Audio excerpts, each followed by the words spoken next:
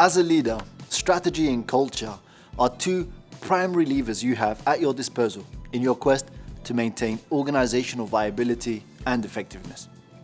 While most non-profit leaders spend a lot of time and energy thinking about strategy, too little time and energy is spent on culture. Today, organizational culture is more important than ever.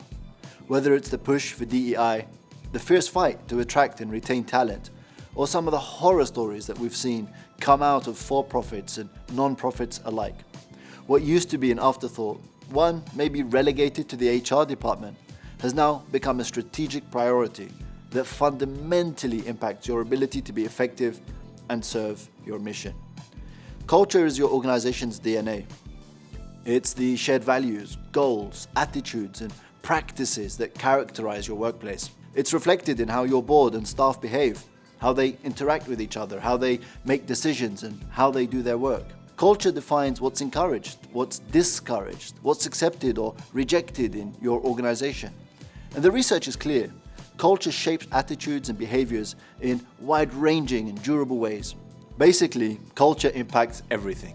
Think of culture as a fertile soil that can enable your strategy to come to life. I know firsthand, as a former non-profit executive myself, that the right culture can unleash tremendous amounts of energy and talent towards your shared purpose and can create a platform for your organization to thrive. I want to share with you 9 steps you can take to ensure you build an organizational culture that will help you best serve your mission and achieve your goals. First, clearly define and articulate your non-profit's core values and beliefs. These should reflect the purpose, beliefs, desired impact of your organization.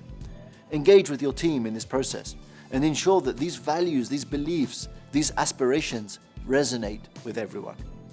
Number 2, you have to lead by example.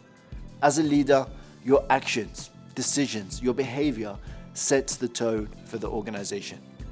Your staff, your volunteers, your beneficiaries are always watching. Demonstrate the values and behaviors you wish to see in your team. Authentic leadership fosters trust and sets a powerful example for the team. Number 3, inclusive decision-making is key. You have to foster an environment where every team member feels valued and heard. Encourage participation in the decision-making process, especially in matters that directly affect the work of your staff or the beneficiaries you serve. 4, transparent communication. You have to maintain open and honest communication channels. Regularly update your team about organizational changes, successes, but also failures and challenges. This transparency builds trust and a sense of shared purpose. 5, recognize and reward. Acknowledge individual and team achievements. Celebrate successes and provide constructive feedback.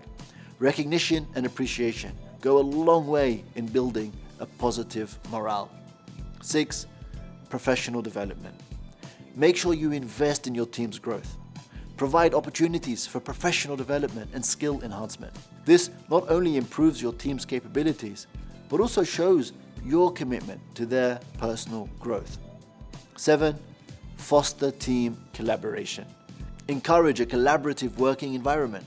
Staff retreats, team building activities, collaborative projects. All of this will enhance teamwork, communication, and will create a sense of community within the organization.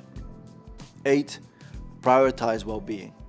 Recognize the importance of work-life balance and mental health. Create policies and an environment that supports the well-being of your team members at a time when we're seeing record levels of loneliness, depression, and general dissatisfaction in the workplace. And finally, number 9, continuously assess and adapt. Regularly evaluate your organizational culture.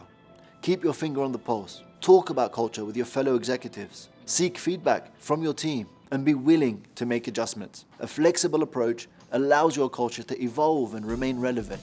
Too many leaders ignore culture or expect it to form magically. They see it maybe as a distraction from the real work. The reality, however, is that culture is often that secret sauce that makes the magic happen. Good luck.